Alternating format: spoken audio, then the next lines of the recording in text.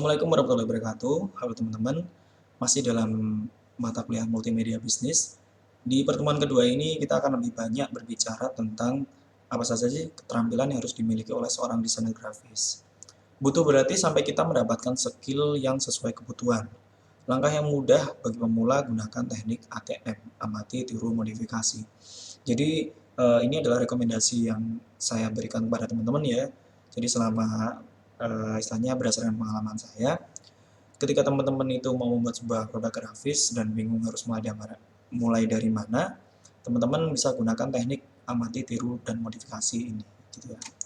Terus, kira-kira keterampilan mengamati itu seperti apa sih? Jadi, di sini saya menjabarkan bahwa apa yang diamati, amati bentuk dan kumpulkan data sebanyak mungkin dari produk yang dilihat. Karena semakin banyak data yang bisa dikumpulkan, tentunya semakin bagus. Dan goal dari kegiatan ini adalah mengamati komponen dan juga konsepnya. Jadi gampangnya kita mengamati gambaran produk secara utuh dan juga kira-kira bahan-bahan yang ada di dalam produk itu seperti apa. Saya memiliki contoh di sini ada sebuah produk poster, flyer, brosur gitu ya, yang dia memiliki highlight, memiliki satu gambar yang bertemakan cafe gitu ya, atau kopi. Terus kemudian ada tulisan header, can function without a list a cup. Terus kemudian ada kontennya, if it wasn't for the cafe, it have no identifiable personality whatsoever. Dan footernya adalah David Letterman gitu ya. Ini semacam quotes ya. Cuma di sini kita akan istilahnya mengamati produk ini. Kira-kira di dalamnya itu apa saja sih? Bahan-bahan yang ada di dalam produk itu apa saja sih? Mari kita kupas. Jadi secara konsep produk ini terdiri dari beberapa komponen ya. Yang pertama saya melihat di sini ada gambar dengan high resolusi yang cukup tinggi dan sesuai tema gitu ya. Dan kemudian kalau kita amati di sini untuk kelompok fontnya berada di bawah. Pengelompokan huruf atau fontnya dia memiliki dua tipe yaitu font dengan tipe sans serif dan juga serif gitu ya. Dan untuk header dan footernya itu memiliki efek bold. Oke. Terus yang ketiga, kalau kita melihat produk ini itu terdiri dari dia itu memiliki layout desain asimetris. Kenapa demikian? Karena ketika kita melihat produk ini secara sekilas gitu ya, mata kita akan lebih banyak menghabiskan waktu untuk melihat tangan, kemudian teko kopi, kemudian ada gelas kopi gitu ya. Dan kemudian baru kita melihat yang bawahnya. Karena ini merupakan penekanan dari sebuah produknya. Jadi mungkin desainernya itu istilahnya pengen menekankan pada ilustrasi di segelas kopi ini, kemudian ada quotes-nya ini. Fokus point I-nya terletak lebih berat ke sebelah kanan. Jadi kalau kita produk ini kita tarik garis tengah antara atas ke bawah, kanan kiri, itu cenderung lebih banyak eye contact dari viewernya itu berada di pojok sebelah kanan atas gitu ya. Dan warna yang digunakan ini warna pastel ya. Jadi ada perpaduan warna pink atau istilahnya merah muda ya, dan secara psikologis memberikan efek nyaman, romantis, percintaan, romansa. Dan di sini juga ada warna hijau tua gitu ya, yang memberikan efek ketenangan gitu ya. Terus kemudian ada keterampilan setelah kita mengamati, ada keterampilan meniru. Kira-kira apa sih yang ditiru? Setelah mendapatkan data terkait produk konsepnya, silakan ditiru komponen dan konsepnya. Meniru di sini bukan membuat produk yang sama persis, namun meniru konsepnya saja. Jadi intinya goal dari kegiatan ini adalah meniru komponen dan juga konsepnya. Memang di tahap ini jelas kita sebagian besar akan menghasilkan produk yang sekilas mirip gitu ya. Katakanlah bisa sampai 70-80% itu hampir mirip. Tapi tenang saja nggak apa-apa karena yang menjadi pembeda nanti adalah di langkah selanjutnya pada tahap modifikasi gitu ya. Oke. Kita akan mencoba membedah ya. Jadi kita punya produk tadi, ada secangkir kopi, teko kopi, dan juga tangan yang menuangkan teko. Kita mengamati konsepnya, amati keseluruhan detail dan juga filosofi dalam produknya itu seperti apa. Kemudian kita breakdown, ternyata di dalam produk itu ada gambar dengan high resolusi, kemudian ada header, kemudian ada konten dan juga footer gitu ya. Kita pecah komponennya. Terus kemudian kalau kita itu ingin membuat sebuah produk baru, katakanlah di sini saya mensimulasikan saya disuruh klien untuk membuat sebuah produk tentang grand opening gitu ya. Secara otomatis saya akan meniru konsep ini. Saya buka gambar yang sesuai tema karena temanya kopi. Cuma saya gambarnya tidak sesuai dengan masternya atau istilahnya konsep awal, saya mencari bahan yang sekiranya sesuai dan lebih eye-catching gitu ya. Terus kemudian di bagian headernya saya ganti grand opening ruangan senja cafe, dan kontennya juga sama, bawahnya juga sama. Kalau teman-teman amati, memang sekilas dari bahan yang di tengah dan juga kanan ini memang sama, yang membedakan hanya konten tulisan, ya kan, terus kemudian gambarnya saja. Ya, jadi kita pada tahap meniru ini memang meniru beberapa komponen yang ada gitu ya. Terus kemudian yang terakhir adalah baru kita memodifikasi. Keterampilan memodifikasi ini pada intinya secara teknis, tapi ini adalah tahapan yang unik ya, di mana kita menambahkan komponen yang berbeda sehingga produk yang kita buat perbedaannya cukup signifikan. Jadi kalau teman-teman istilahnya namanya modif gitu kan, itu istilahnya sesuai karakteristik masing-masing. Dan goal dari kegiatan ini adalah tambah komponennya sampai konsepnya menjadi unik dan berbeda. Dan saya percaya antara orang satu dengan orang yang lain ketika melakukan modifikasi produk itu pasti punya karakter tersendiri, tidak sama gitu ya. Nah, di sini adalah pengembangannya ya. Jadi pertama saya meniru komponen produknya. Jadi saya punya elemen gambar, kemudian header, konten, footer, terus kemudian saya rubah modifikasi komponennya. Perubahannya cukup sedikit saja. Jadi saya rubah gambarnya, terus kemudian saya merubah tipe fontnya. Yang pertama garis miring, hurufnya itu miring, kemudian dia itu tipenya sans serif, saya rubah menjadi tipe serif.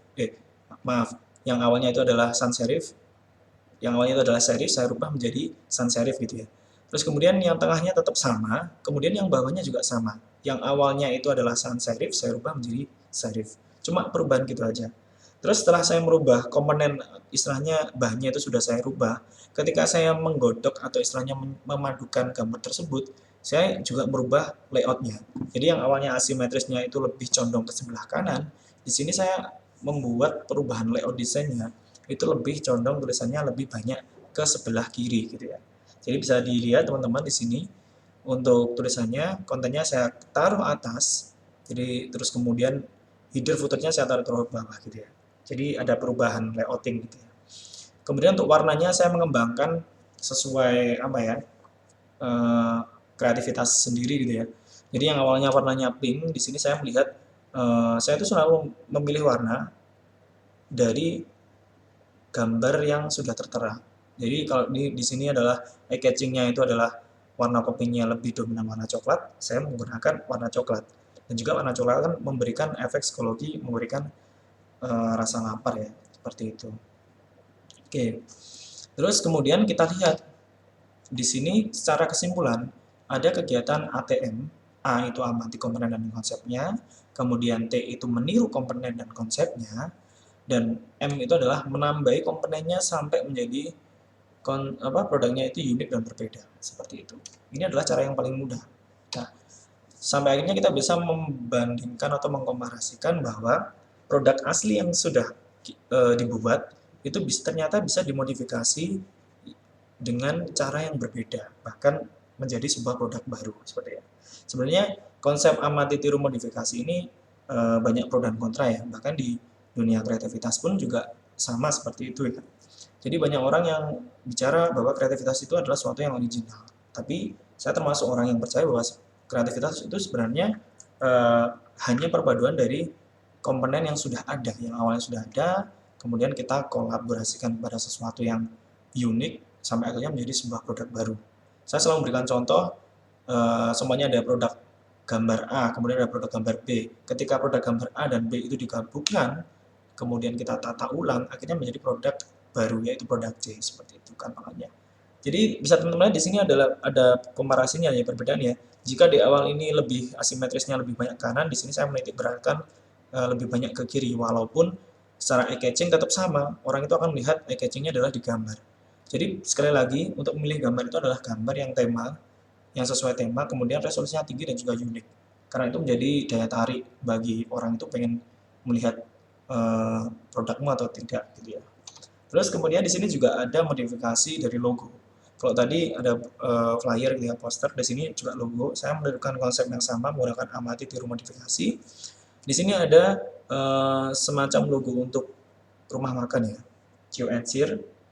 Kemudian ada dinner and daily. Terus di sini saya meniru konsepnya, saya modifikasi. ada garis. Kita lihat komponennya, ada garis, kemudian ada logo, kemudian ada garis lagi. Oh maaf, ini semacamnya keluar. Terus kemudian ada tulisan brandingnya, Chew and Cheer, kemudian ada tagline. Saya juga menirukan hal yang sama. Jadi ketika saya buat logo baru, saya mengambil garisnya, terus kemudian saya merubah komponen yang di tengah ini. Kalau awalnya itu adalah sendok dan juga garpu, di sini saya merubah 2 biji kopi, kemudian saya kasih garis lagi. Kemudian di bawahnya ada nama brandingnya, saya berikan nama 2 biji, dan yang di bawahnya saya kasih tagline premium roasted gitu ya. Bahkan untuk membuat sertifikat pun juga sama. Kalau teman-teman istilahnya bingung mencari ide, cukup carilah di internet kira-kira template sertifikat seperti apa, baru kita modifikasi. Di sini sama, secara font juga sama, yang hanya membedakan hanyalah warna. Oke, selain warna, yang kedua adalah saya merubah ikonnya, yang awalnya globe, kemudian di sini saya ganti menjadi topi dan juga semacam apa ya, selongsongan wisuda.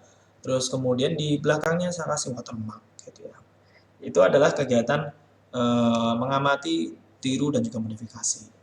Oke, selanjutnya ini yang penting, yang membedakan multimedia desain grafis biasa dengan multimedia bisnis di tempat kita.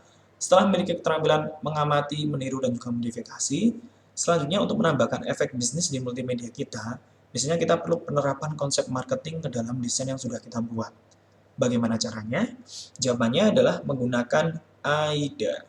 Jadi di sini AIDA itu adalah singkatan dari awareness, interest, desire, action, dan juga model marketing gitu ya. Jadi AIDA marketing ini merupakan sebuah konsep marketing yang cukup klasik ya, namun cukup representatif. Dan dari konsep tersebut sekarang berkembang menjadi beberapa konsep yang lain seperti AIDCAS, gitu ya, Action, Interest, Desire, Confidence, Action, Stratification, Model, kemudian Harian Model, kemudian NetDesk Model, dan sebagainya. Mungkin teman-teman bisa baca di literaturnya di bawah ya. Oke, kita lebih banyak berbicara tentang AIDA. Jadi marketing AIDA model itu seperti apa sih? Jadi marketing AIDA model itu adalah tingkatan bagaimana kita bisa menggerakkan user ya. Jadi yang pertama adalah kita harus memikirkan tentang attention, awareness, atau daya tarik.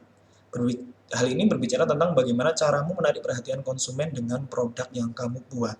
Secara teknis, contohnya gini, ketika kita mempunyai produk grafis yang nanti akan dipasang di baliho, kira-kira bagaimana kita berpikir apa sih yang menjadi daya tarik orang ketika lewat di jalan itu, terus kemudian memperhatikan atau interest dengan baliho kita. Kalau teman-teman tahu, di baliho di jalan itu kan orang itu kan bisa berlalu lalang ya, ada yang di lampu merah dan sebagainya.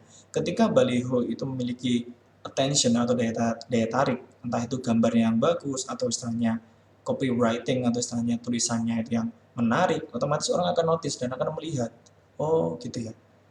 Bahkan dalam hitungan, kalau ada yang bilang gini sih, jika orang itu bisa attention produk kamu secara sekilas lebih dari 5 detik itu sudah cukup bagus gitu ya. Jadi yang pertama adalah kita berpikir tentang bagaimana orang itu bisa attention dalam produk kita gitu ya.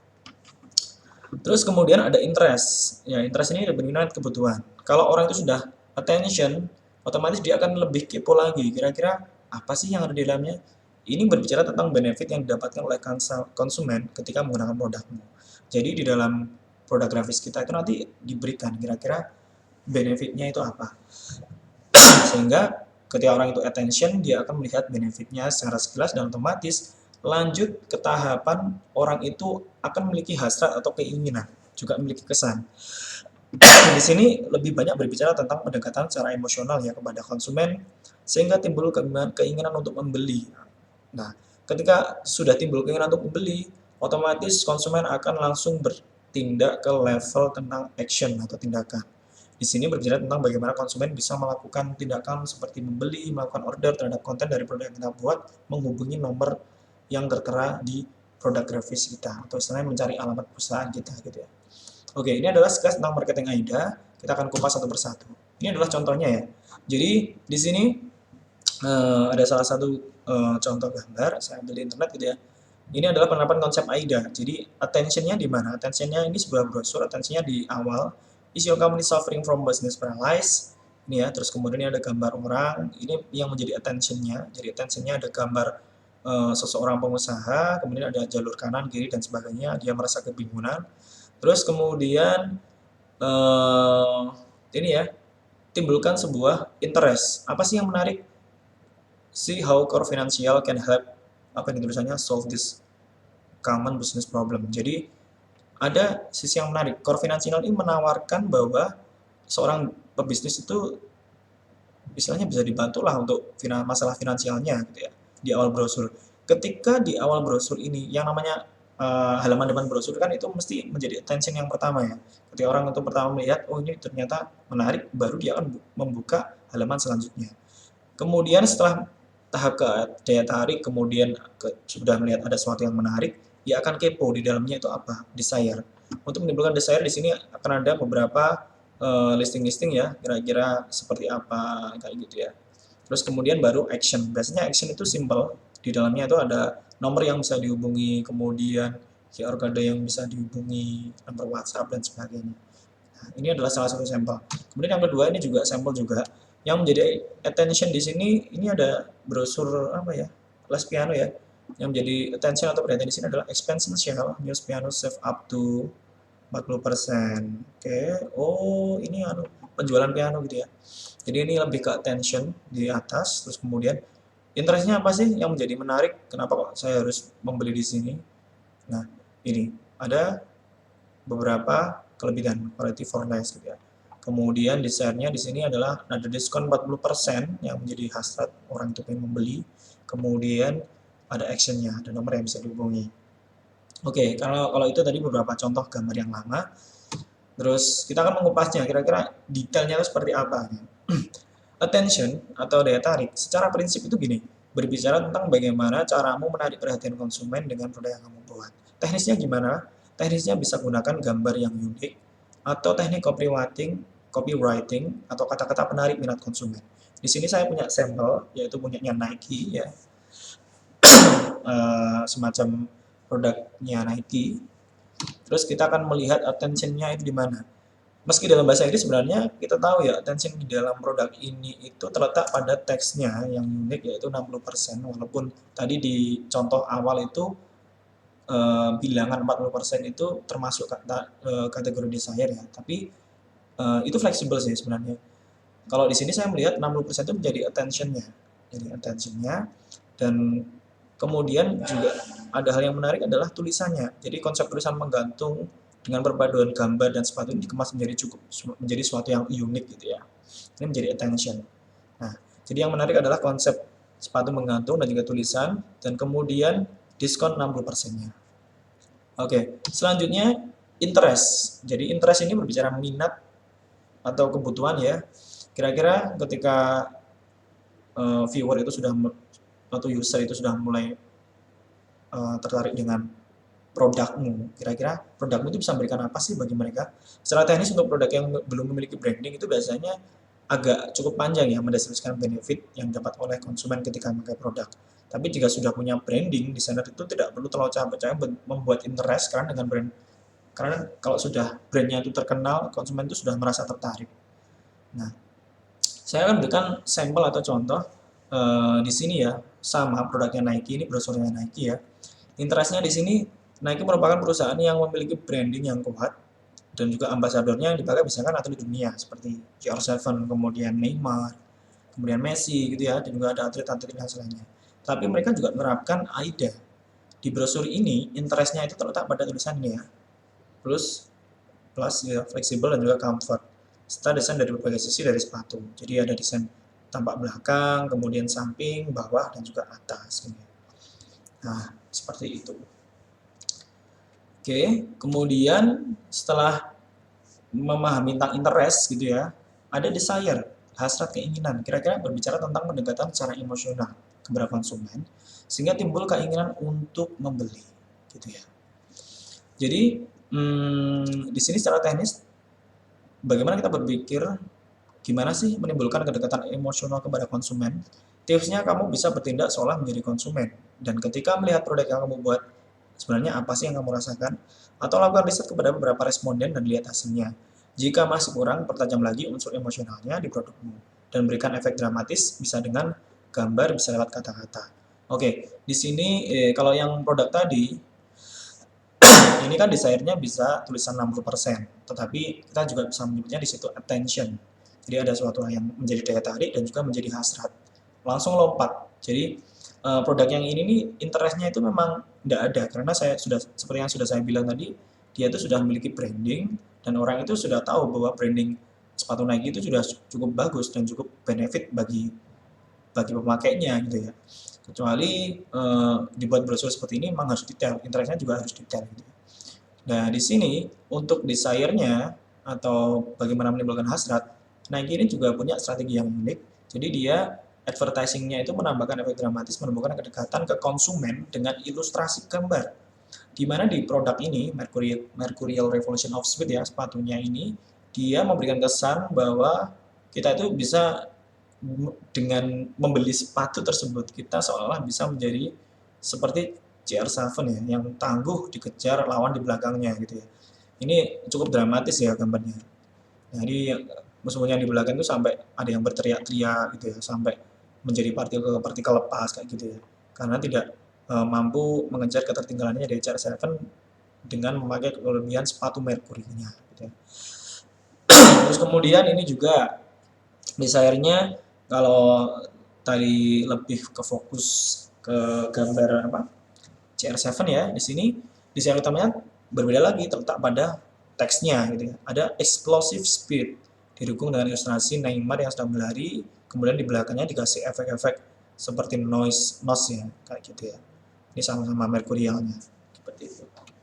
Nah, kalau kita sudah memahami attention, kemudian interest, kemudian desire, yang terakhir adalah action. Action ini sebenarnya simpel sih. Berbicara tentang bagaimana konsumen itu bisa melakukan tindakan seperti membeli, melakukan ordering terhadap konten terhadap dari produk yang kita buat. Cara teknis itu memberikan informasi lengkap terkait di mana konsumen itu bisa membeli, melakukan order kepada pihak penjual. Jadi seperti contoh di produk ini ya, sudah ada attention-nya, sudah ada desire, kemudian sudah interest-nya sudah tersirat gitu ya. Action-nya di mana? Di sini kita bisa lihat action ada tulisan di bawah ya, ada ini Nike Factory Store gitu ya, Nike Factory Store, kemudian sudah ada waktunya, kapan, dan footernya di bawah ini juga sudah cukup jelas gitu ya. Jadi teman-teman bisa memahami ya kenapa kalau di brosur kemudian di poster itu kalau yang berkaitan dengan perusahaan biasanya kita memberikan informasi yang lebih detail terkait action to call. Bayangkan kalau kita sudah membuat sebuah brosur, sudah punya attention, terus kemudian sudah punya interest-nya, kemudian desire-nya, terus kemudian kalau nggak ada action-nya, orang itu akan bingung dia itu mau beli di mana gitu ya. Produk ini bisa dibeli di mana. Jadi informasi itu harus komplit. Nah, seperti itu. Itu adalah ringkasan ya tentang keterampilan yang perlu dimiliki oleh teman-teman, terutama ketika mengikuti mata kuliah multimedia bisnis, yaitu tentang memahami konsep amati, tiru, modifikasi, dan yang terakhir adalah ini ya, memahami AIDA marketing atau AIDA model marketing. Jadi tidak hanya membuat sebuah produk grafis dengan meniru konsep amati, tiru, modifikasi, tapi juga memperhatikan unsur-unsur attention, interest, kemudian desire, dan juga action. Oke, saya rasa cukup sekian untuk pertemuan kedua, dan pertemuan selanjutnya kita akan bicara tentang simulasi, bagaimana sih cara kita mensimulasikan konsep amati, tiru, modifikasi, dan juga konsep AIDA ini. Oke, kurang lebihnya sebelum maaf. Assalamualaikum warahmatullahi wabarakatuh.